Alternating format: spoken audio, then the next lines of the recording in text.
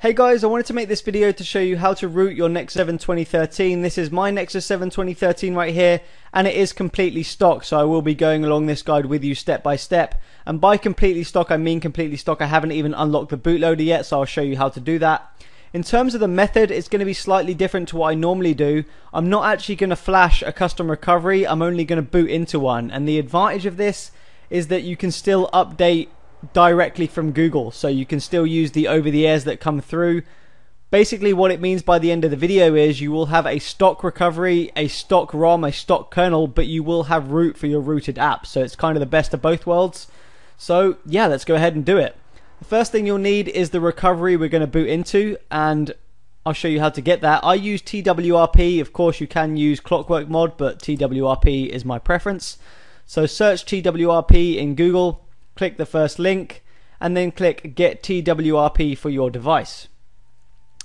Search Nexus 7 and they should all come up. You can see here TWRP for Nexus 7 2013 Wi-Fi only model. That's the model I have, so that's the one we're going to use. Click it, scroll down to download the newest image file from here, and then you've got these two. Now depending on when you're watching this video, you might have more versions. Just get the latest version, so I'm going to get the 2.6.1 here. Download that, and once you've done that, you'll end up with this. This is the recovery we're going to boot into. This zip right here is the actual super user. This is root, so I'll put the links in the description for that. Just download it from there, and you should have these two on your computer at this point. Now we're going to move on to unlocking the bootloader, because if you don't have an unlocked bootloader, you can't do any of this. You can't boot into a custom recovery. So if you have an unlocked bootloader, just skip on, but nonetheless, let's do it. Connect your Nexus 7 with the USB cable to your computer and boot into fast boot. If you don't know how to do that, hold the down volume arrow, volume key, and then the power button. Quite a lot of reflection here. And you should get fast boot mode. This is fast boot mode. You should notice in the bottom corner, my device says locked. That means I have a locked bootloader. So we need to do something about this. We need to unlock it. So you need to go ahead and download the Android SDK. I'll put, again, the links are in the description here.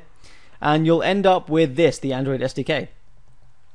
Install it, go into SDK, click once on platform tools, hold shift, press the right key, press your right mouse button, right key, and you'll get the open command window here. Click that and you should see something like this.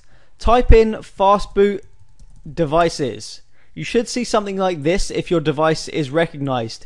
If you just have a blank space here and nothing is recognized, it means you don't have the Google USB drivers. You need to install those. Again, the links are in the description for the Google USB drivers. Make sure you force Windows to actually kind of search the folder you download, because otherwise it just won't find them. Once you get to this point, you're good to unlock your bootloader. Now, I should warn you, unlocking the bootloader means everything gets wiped, completely everything. So you won't have any photos or anything. So make sure you back it up and send it to your computer. To unlock the bootloader, type in fastboot OEM unlock. And on your tablet, you should see this straight away. Use your volume keys to navigate to yes, and the power button to apply. On CMD, you'll see all this unlocking bootloader. Boom, boom, boom. It's done. And that's it. You've got an unlocked bootloader. It's really easy on a Nexus device. Now actually start up your device, because we need to copy over a file to the internal storage. So just press start when it's on the bootloader mode and it'll start up. I'm going to skip this bit, guys, because it's an initial boot. It does actually take a few minutes. So I'll come back when it's booted up. So there we go, guys. It's booted up, and that took about 2 minutes here. You can see the tablet setup screen. I know there's some horrible reflection here, but well, I'm not going to do that right now because we don't need to. We're just going to open up the internal storage. You can see it here, so make sure you're connected to the USB. Go into internal storage, go to downloads, and this is where we're going to drag in the superuser.zip. So we're just going to drag that into the downloads.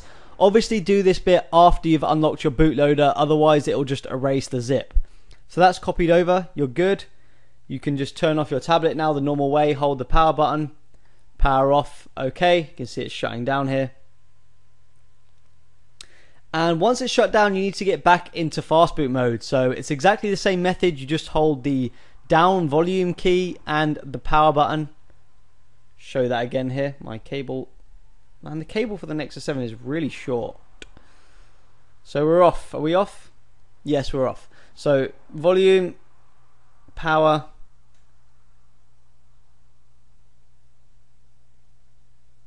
There we go, fast boot mode. You should also notice it says unlocked in the corner now. My bootloader is unlocked. Don't worry about having an unlocked bootloader. You can still get the official Google over-the-air updates with an unlocked bootloader. So what we need to do now is actually boot into this recovery image. So I'm going to copy this recovery image into platform tools. So this is in the Android SDK. Copy that over there.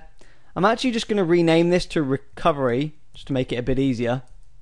Actually just Rico, even easier. And you can see mine says .image here. That's because on my computer I'm showing the extensions. If yours doesn't say .image, don't rename it to .image, because then you're actually renaming it to .image, if you get what I mean. So just leave that there. And here we go. So let's just type in fast boot devices again. You can see my device is recognized, it is connected. So let's boot into this recovery. So fast boot Rico, did I call it Rico? Yeah, Rico.image. And when I hit enter here, you're going to see it's downloading and booting. And if we check out this in a second, here we go, we're booting into Team Win. Now this isn't permanent, and this is what the fast boot does instead of fast boot flash. Once I reboot the device now, TWRP won't be here, it'll be the stock recovery.